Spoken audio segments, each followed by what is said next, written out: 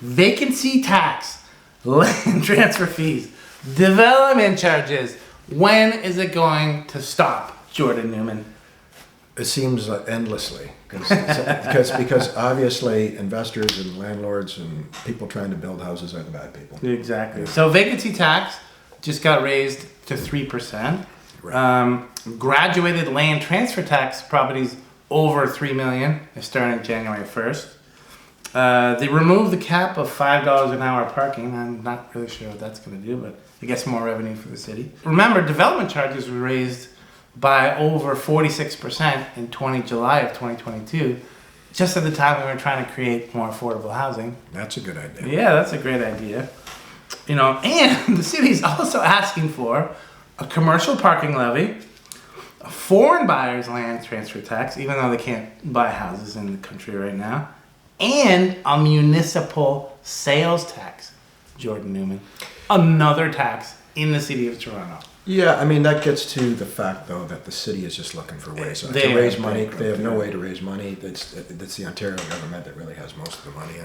And so the city faces a $1.5 billion budget shortfall. Remember, the province froze all the impact valuations, so that meant, property taxes didn't automatically go up in 2023-24.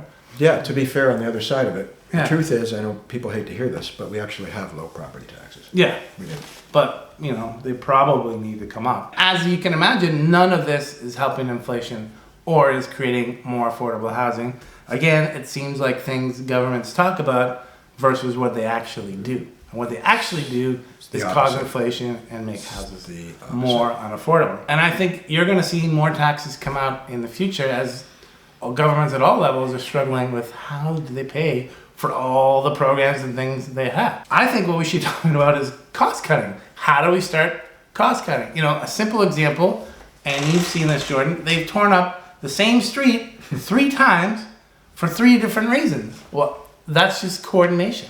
And you all know it's true because you drive around the city and you're like, what? This street again? Yeah, we've all experienced it. Yeah, didn't they just replace this street 2 years ago? Yeah. And you're going, yeah. Why are they tearing it up again? Yeah.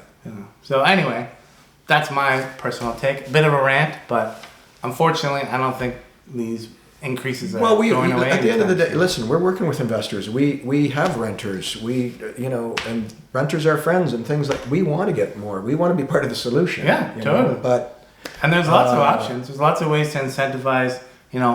Really people who currently own houses to create more units in those houses. That's probably the cheapest and fastest way you're going to build more affordable units. Yeah.